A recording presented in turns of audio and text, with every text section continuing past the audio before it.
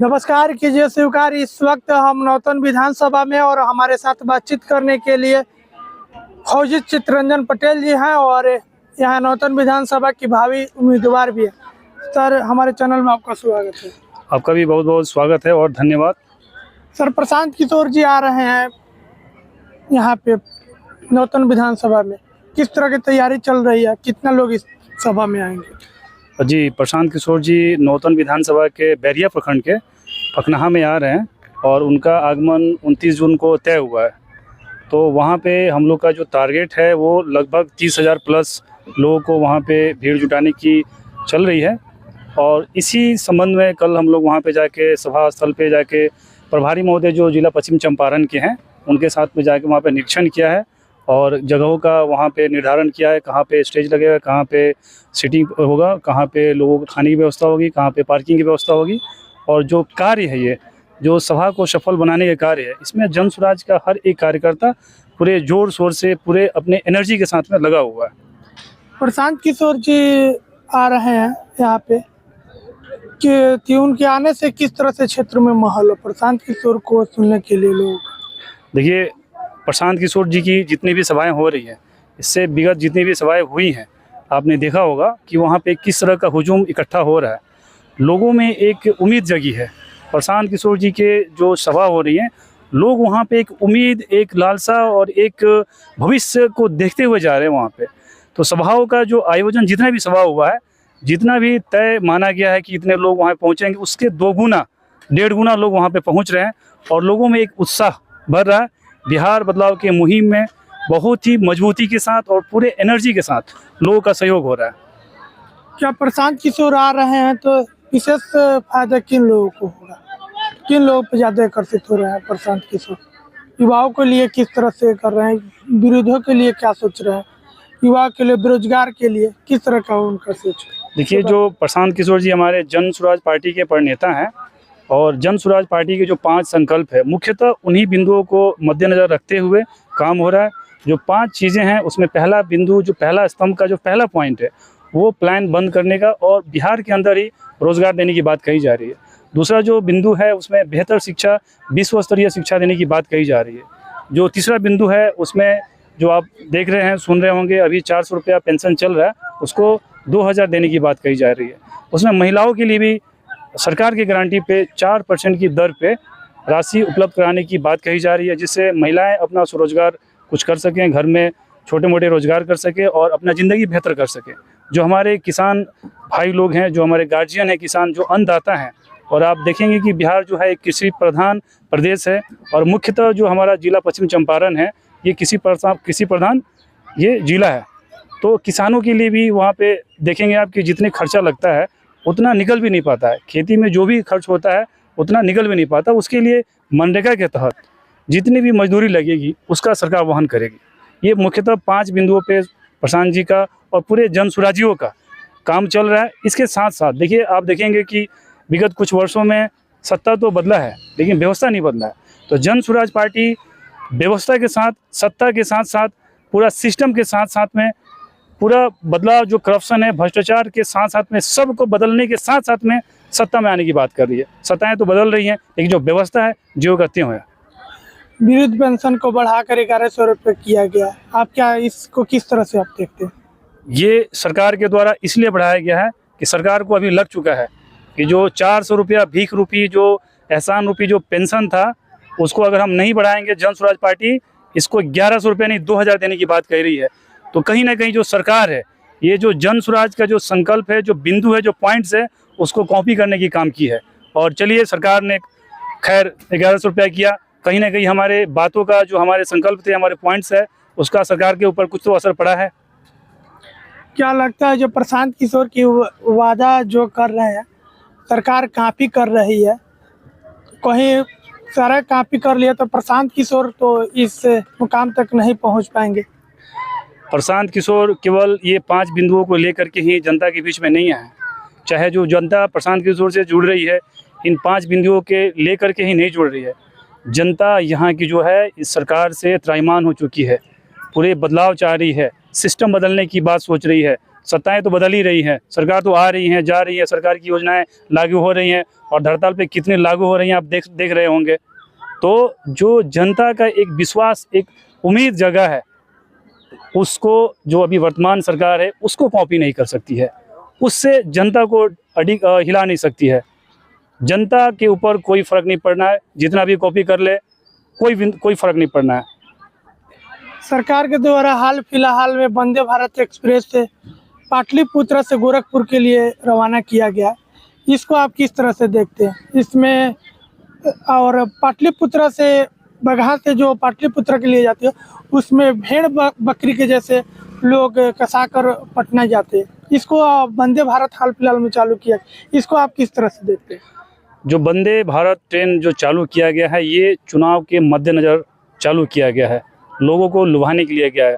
आप जब इसके डिटेल में जाएंगे तो देखेंगे जो इसका टाइमिंग है और जो इसका किराया है, तो स्लो मोशन और हाई रेट में वंदे भारत उपलब्ध है। यहाँ पे कोई फ़ायदा नहीं है इसका, इससे अच्छी और इसी टाइमिंग पे आप देखेंगे कि इंटरसिटी जो ट्रेन है 5 घंटे में लगभग वो भी टाइम लेती है, नरकटियागंज से चलती है और पाटलिपुत्र जाती है, और इसका टाइमिंग बेतिया में 9:27 पे है और पटना में 1:30 बजे, 4 घंटे ये भी टाइम ले रही है।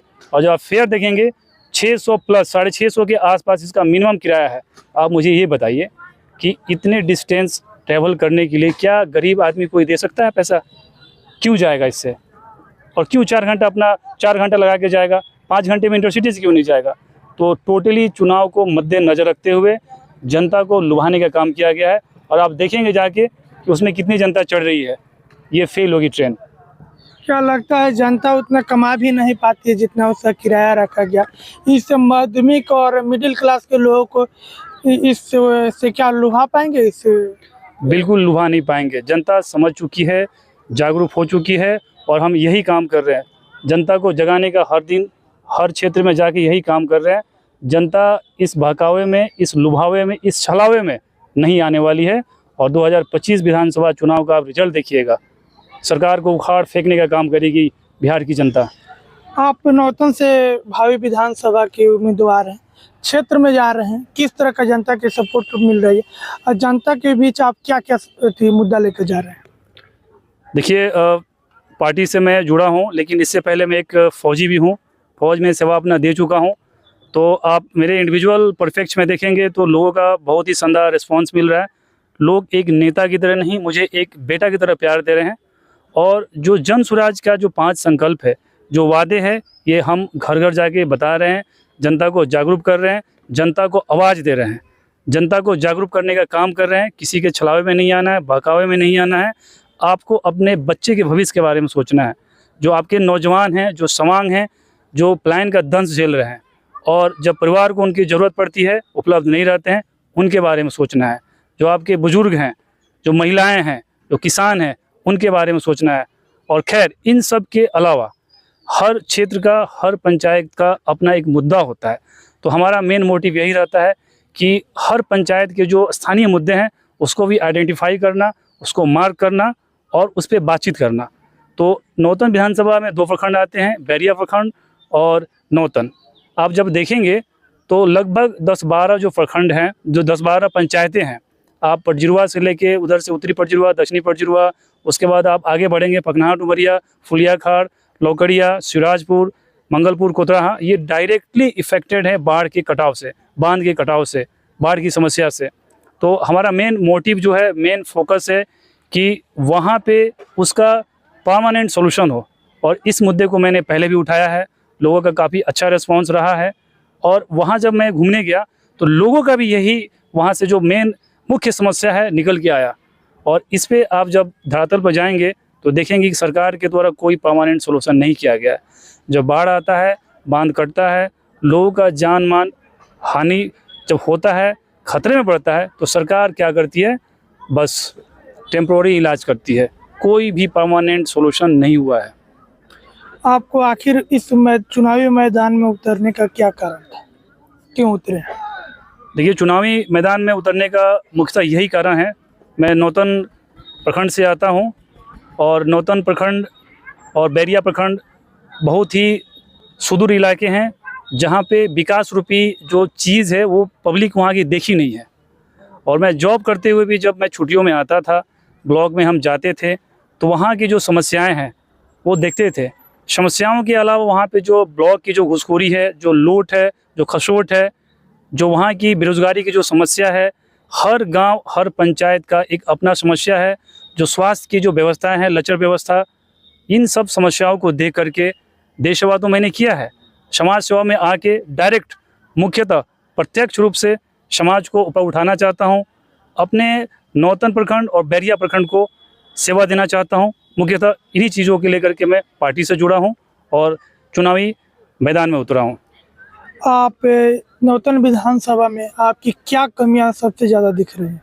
आप क्षेत्र में दौरा कर रहे हैं। जैसे कि मैंने आपको बताया, जनता के द्वारा भी बताया गया और मैंने भी इस चीज़ को आइडेंटिफाई किया है।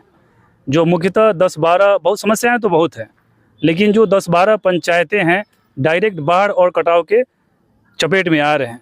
सबसे बड़ा जो विकराल रूपी समस्या यही है। बाकी आप देखेंगे स्वास्थ्य और शिक्षा में गवर्नमेंट का सबसे ज़्यादा बजट खर्चा होता है। एक हमारे जो बिहार का जो बजट निकलता है उसमें सबसे ज़्यादा पैसा इन्हीं दोनों चीज़ों के लिए, इन्हीं दोनों सेक्टर्स के लिए एलोकेट किया जाता है। लेकिन आप जब देखेंगे स्वास्थ्य का क्या व्यवस्था है, शिक्षा क्या हो रहा है, तो आपको उस पर रोना आएगा। मैं पिछले कुछ दिनों पहले की बात बता रहा हूँ। मैं बैरिया प्रखंड के जो बीएससी है वहाँ पे गया था। वहाँ पे एक महिला आई, उनके सर में चोट लगा था, ब्लीडिंग हो रही थी। उनको लेके हम जब गए अंदर तो वहाँ पे एक भी स्टाफ नहीं है। आधा घंटा लग गया नर्सिंग असिस्टेंट आने के लिए, कंपाउंडर आने के लिए। जब हमने पता किया, पूछा, जब वहाँ पे इस बात को उठाया तो वो क्या बोल रहे हैं, वहाँ से क्या जवाब आ रहा है कि इसका अभी उद्घाटन हुआ है। तो किसी भी हॉस्पिटल का जब उद्घाटन होता है तो उसके जो मिनिमम टर्म्स कंडीशंस होते हैं, जो मिनिमम नॉर्म्स होते हैं, फुलफिल करने के बाद ही उद्घाटन होता है। लेकिन वहाँ पे कोई डॉक्टर तो छोड़िए, वहाँ पे कोई नर्सिंग असिस्टेंट भी अवेलेबल नहीं था, एक कंपाउंडर भी नहीं था। तो ये है हमारी व्यवस्था। इसी व्यवस्था को आप सुधारने के लिए इस मैदान में उतरे। बिल्कुल, आप देखें अभी हर कुछ समय अंतराल पे आपको सुनने को मिलेगा जो स्वास्थ्य का जो सिस्टम है, जो लूट खसोट है, जो भ्रष्टाचार है, जो करप्शन है, ये हर एक टाइम इंटरवल पे आपको सुना होगा। एक बच्ची के साथ में दुष्कर्म होता है और इलाज के अभाव में बच्ची दुनिया को छोड़ के चली जाती है। और ये एक केस नहीं है, आपने इससे पहले मुजफ्फरपुर में सुना होगा। सेम पैटर्न पे कई सारी घटनाएं सुना होगा आपने। हर एक टाइम इंटरवल पे सेम पैटर्न पे ये घटनाएं हो रही हैं और इलाज के अभाव में जो भी वहाँ पे पीड़िता है, इलाज के अभाव में उसका प्राण न्यौछावर हो रहा है, प्राण निकल रहा है। और इस पे, इन घटनाओं से सरकार या जो हमारे स्वास्थ्य मंत्री हैं कोई सबक नहीं ले रहे हैं, कोई इसमें सुधार नहीं हो रहा है, कोई नया पहल नहीं किया जा रहा है। ये कंटिन्यू एक पैटर्न पे चल रहा है। क्या आपकी सरकार आएगी तो इस तरह की नाकामियों को उखाड़ फेंकेगी? बिल्कुल उखाड़ फेंकेगी। इतनी घटनाएं हो गई हैं। आप मुझे ये बताइए, एक भी जांच हुआ कहीं? सरकार ने कोई ऐसा ठोस कदम उठाया जिस पे रोक लगे? और सरकार का ठोस कदम नहीं उठाने की वजह से ही ये कंटिन्यू लगातार चल रहा है। इसमें कहीं ना कहीं सरकार भी संलिप्त है। पैसे ले करके ट्रांसफ़र करना, जो ट्रांसफ़र का जो खेला चलता है पैसे ले करके, इन्हीं कारणों से कोई जांच नहीं होता है, कोई ठोस कदम नहीं उठाया जा रहा है। सुना कि इन्होंने किस तरह से बताया। आप क्या सोचते हैं? आप अपने प्रतिक्रिया कमेंट बॉक्स में लिखिए। तब तक के लिए नमस्कार।